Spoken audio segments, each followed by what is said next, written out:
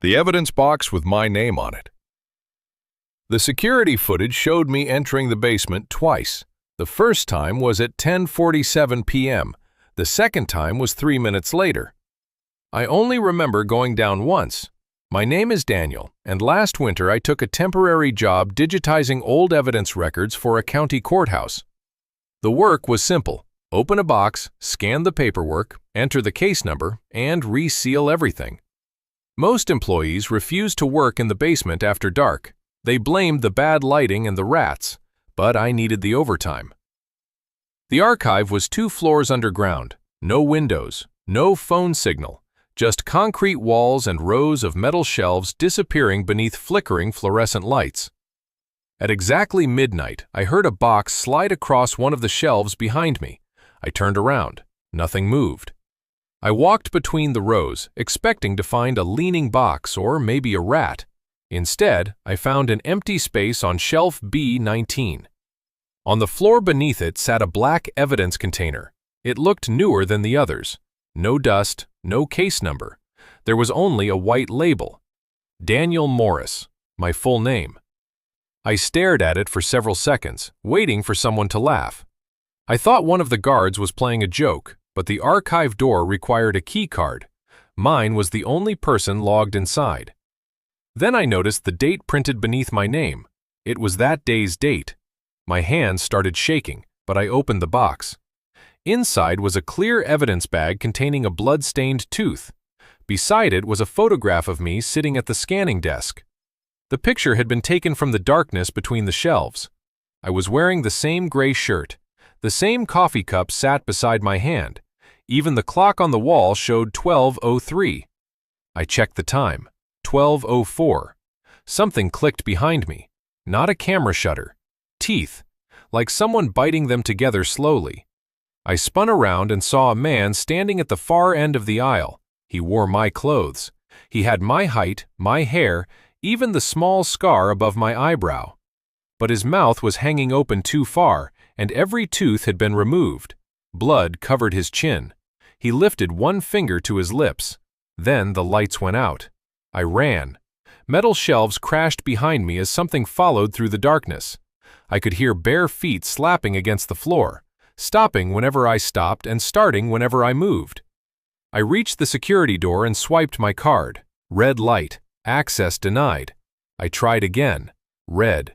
Behind me, the footsteps stopped. A voice whispered directly beside my ear. "You already left." The door unlocked. I fell through it and ran upstairs to the security station.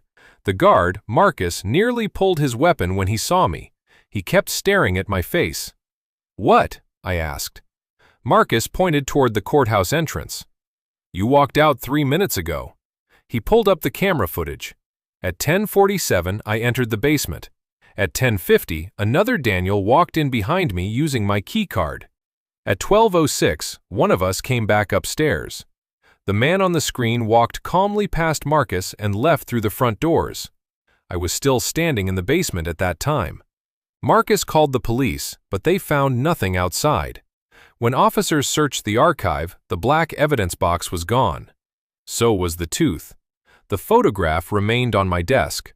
Only it had changed. It no longer showed me sitting alone. A second figure was crouched beneath my chair, looking directly into the camera.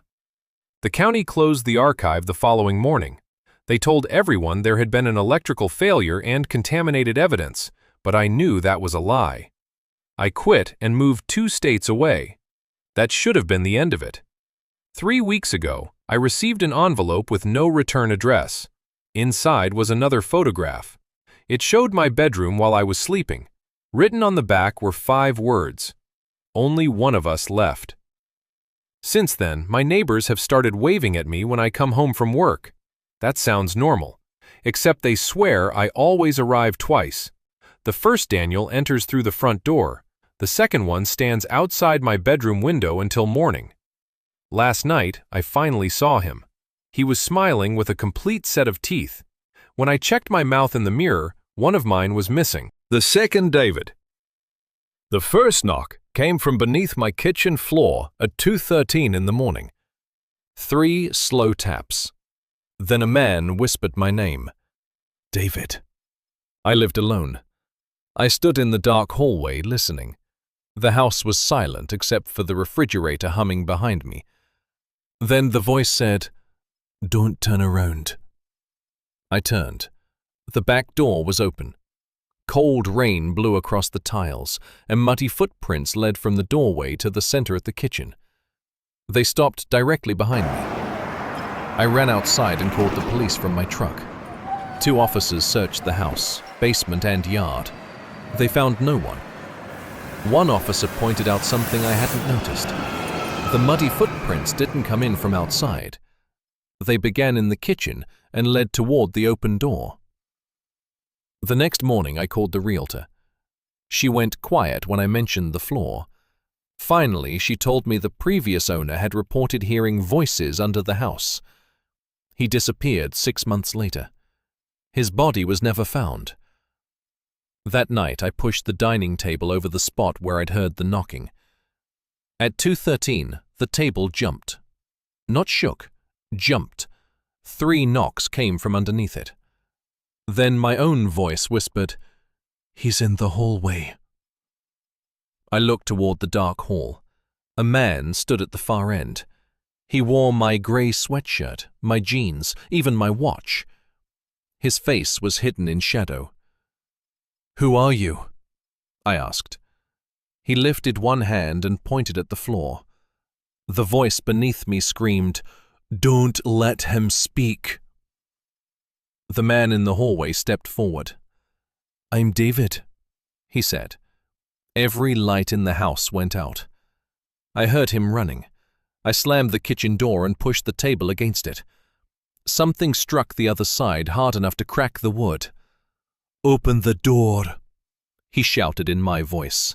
"He's lying to you." The knocking beneath the floor became frantic. I grabbed a hammer and tore up the boards. Underneath was a rusted metal hatch. Words had been scratched across it. "One of you is already dead." The thing behind the kitchen door stopped pounding. Then it laughed. The voice under the hatch whispered, "David, listen carefully. When you open this, do not look at his face." "Whose face?" "Yours." The kitchen door began bending inward. I pulled the hatch open. A narrow staircase descended into darkness. The air rising from below smelled like wet soil and something rotten. I climbed down and pulled the hatch shut above me. At the bottom was a concrete room. A man sat chained to the wall. He looked exactly like me. His skin was pale. His left eye was swollen shut. "How long have you been here?" I asked. He shook his head. "That's the wrong question." Footsteps crossed the kitchen above us, slowly, deliberately. The chained man leaned closer. "You should ask how long you've been upstairs." I backed away. He raised his wrist. He was wearing my watch. The same scratch across the glass, the same date on the screen. Then he told me something no stranger could know. When I was 19, I nearly drowned in a quarry. For almost 2 minutes my heart stopped. I had never told anyone what I saw during those 2 minutes. But the chained man described it perfectly. A black room, a locked door, someone on the other side begging me not to wake up. The hatch above us opened. The man from the hallway began climbing down. The chained man panicked. "Turn off your flashlight." I did. In the darkness, footsteps reached the bottom step. A voice beside my ear whispered, "Which one of us opened the hatch?" I swung the hammer. Something screamed. Then hands grabbed me from both sides. I woke on my kitchen floor at sunrise. The hatch was gone. The boards were untouched. Blood covered my shirt, but I had no wounds. Police found a body in the basement. It looked exactly like me. Same fingerprints, same dental records, same old quarry scar across the ribs. The coroner estimated he had been dead for 6 months. I moved out that day. For a while, the knocking stopped. Then last Friday, at exactly 2:13, someone called from my old home number. I answered. At first, there was only breathing. Then my own voice said, "David, don't turn around." I didn't. I still haven't, because for the last 3 nights, I've heard someone walking behind me. And every time I pass a mirror, there are 2 reflections. One of them is always facing the wrong way. The voice inside, Tank 7. The first radio call came from inside a steel tank welded shut for 22 years. The voice was mine. My name is Jason Miller. I worked nights at an old water treatment plant outside Pittsburgh. Half the facility was abandoned, concrete tunnels, dead pipes, locked rooms missing from every blueprint. The oldest structure was Tank 7. 3 workers died there during a chemical accident in 2001.